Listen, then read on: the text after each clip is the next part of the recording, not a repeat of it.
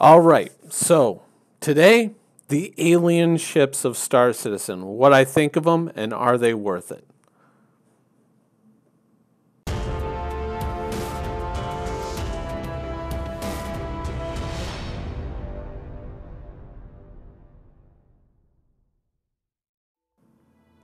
All right, the alien ships of Star Citizen. Now, this is going to be kind of an interesting video to make because, for the most part, a lot of these ships are limited edition, one-time only sales, or when they're not, we often make the joke, well, it's limited edition, one-time only, now making its third appearance in the store, that sort of thing.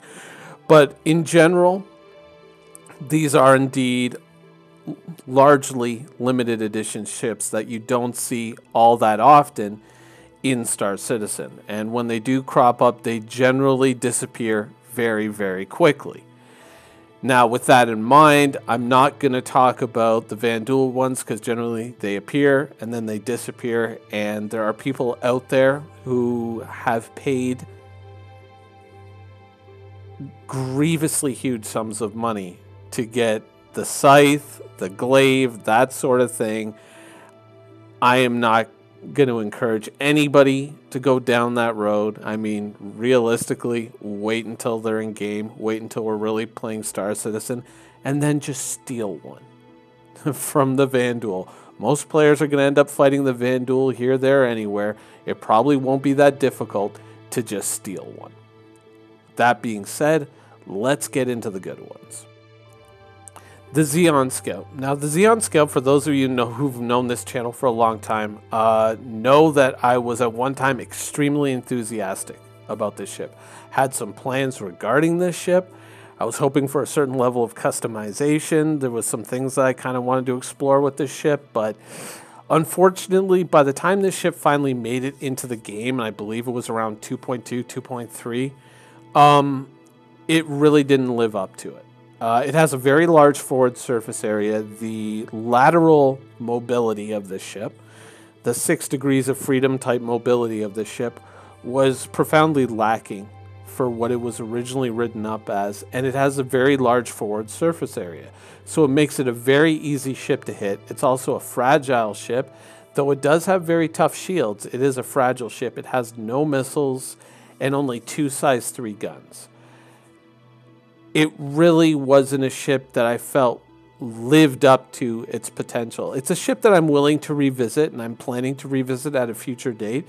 As you know, I'm constantly cycling through fighters trying to find something that I can finally settle on. And right now, it's something that I'm very much watching, but I haven't gotten back to yet. I'm going to probably wait until the new flight model comes out and then possibly revisit it then. But for right now, the one really positive thing that I do want to say about this is, unlike most alien ships, this actually comes in at a fairly reasonable price. Now, there is a little bit of controversy with this ship, of course, because it was originally supposed to be a 2-seater, and then somehow that got forgotten while the ship was put into production. And right up until its release, it was, we were reassured, oh no, it's still a 2-person ship. And it's like, oh yeah, no, the guy who was actually building it was totally working off of an older design that only had 1 seat, and nobody realized it until it was flight ready. And that was what we were told. And I think bullshit, but it is what it is. I'm willing to revisit it at some future date, but I don't think that it's going to be a terrible ship. I think that it is going to see its day in the sun, but right now, I'm a little bit hesitant with it. The Espera Prowler. Now, once again, those of you that have known this channel for quite some time know that the Espera Prowler and me have a bit of a history. And not altogether positive. But all of that aside, what do I think of this ship? Especially in light of what we have seen in Star Citizen lately in terms of its development. Do I think that this ship is a good idea? Absolutely. And it's one of the things that I originally said about this ship. other stuff aside, I said that, yeah, there is a very definite purpose to this ship. And I see the value in it. I mean, if you think about the ground missions that you have to do, getting in and out unseen, certainly for someone in my profession, is obviously going to be an asset. And there's no real reason to look at it and say, oh, that's nothing I would ever use. Of course, there is something very, very intrinsically valuable about the ship. And I lean towards the idea that at some point in the game, possibly one of the earlier ships that I that I will purchase in the game is probably going to be the Espera Prowler. It is going to be one of my goals in the game. However, purchasing it for cash at the price that it was, I can't do that. Because realistically, what is the Espera Prowler? It's essentially a cutlass, minus the cargo capacity, but with stealth. That's pretty much what this ship is. And it costs over 4 times the price of a cutlass. I can't justify that. I think that as a collector's item, it's certainly interesting, but it is kind of a prestige ship. But at the same time, it's a ship that's built for a very strong purpose. There obviously is going to be a need for something like this. But to me, the pricing of this ship was really the cardinal sin of that ship. It didn't make any sense. I mean, for $200 more, you got yourself a hammerhead. It just doesn't make any sense to me. And so I like the Espera Prowler. I definitely think that in-game there's going to be more than enough reason to get one.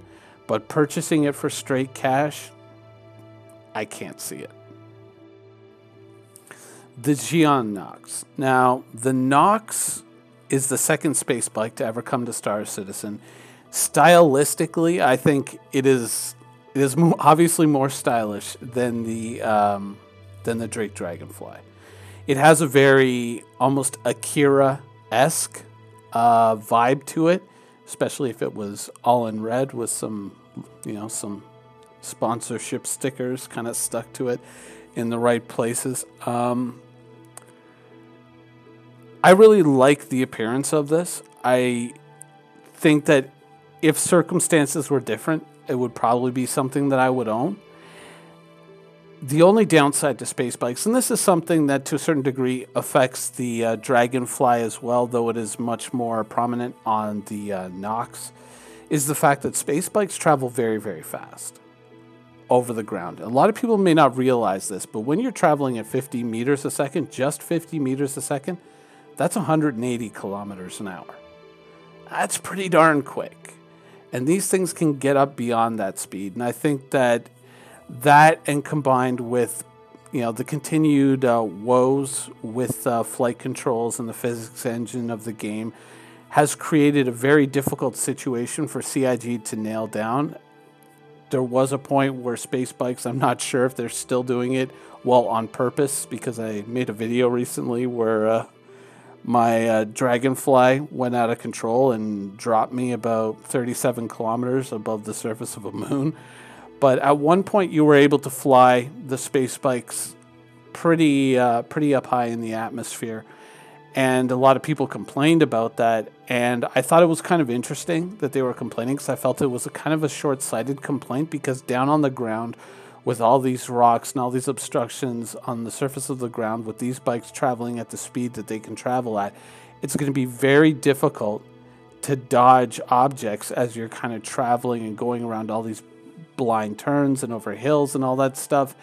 It's going to be a very difficult thing to manage. And so a certain amount of leeway in terms of how far it can levitate off the ground, I think, is certainly called for with something like this, to make it a little bit more manageable and a little bit more reasonable to fly or drive without killing yourself. So I think that there's certainly going to be a really fun future for space bike owners out there. And certainly this one doesn't carry cargo, but I don't think that that's automatically a negative.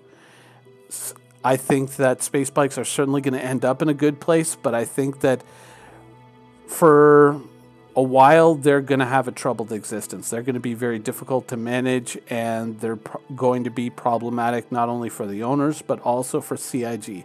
But if you're willing to stick it out, I think that you're definitely going to end up with something you're going to enjoy by the time they get it all kind of ironed out and nailed down. Now, beyond these ships, of course, you know, there's always the lingering specter that the Vandal Fighters will somehow, some way find their way back into the store. That's a possibility, though chances are they will probably come at a considerable price tag. And of the Vandal Fighters that I've flown, namely the Blade and the Glaive, neither one has really impressed me in terms of handling, though I hasten to add that we are at a very early state of the flight model. And especially back then when I flew them, I flew the Blade during the summer, and I found it to be profoundly unimpressive. But that all these things could change, and these could really start to shine. They could really have, really have a serious second look, and changes could be made, and they could become amazing. They could become absolutely amazing. So I don't think that they're inherently going to always be as they are now, and they could be a lot better in the future. Beyond that, there is always the lingering specter of the Vanduul, the Gion cargo ship, which was first hinted at in 2014 with one little teaser shot that never really materialized, and I believe they hinted at it again not too long ago. So that could possibly return in some form, or finally, appear in some form during the sale, though it is not guaranteed. It is it is possible. And so what I would say in regards to whatever alien ships pop up, if any other ones do pop up, is that oftentimes these ships come with a prestige price tag attached to them. And my view on that is, if you're looking to purchase a starship and you've just got the money lying around and it doesn't really matter to you, then you're going to do it anyways, right? But if you're looking to get set up in the game, think about what ships are really available to you, what ships are really within your reach, and what is the best ship that you can possibly get your hands on that could really catapult you into the future, that could really secure your earnings potential in Star Citizen and put you in a position where purchasing these ships in-game is no real issue and you don't have to spend real money on it. I feel that it's generally better to kind of look at your pilot's quote-unquote career in Star Citizen and think what gives you the best possible head start once the game goes live. So those are pretty much my thoughts on the alien ships of Star Citizen. I hope you enjoyed the show, and thanks for watching.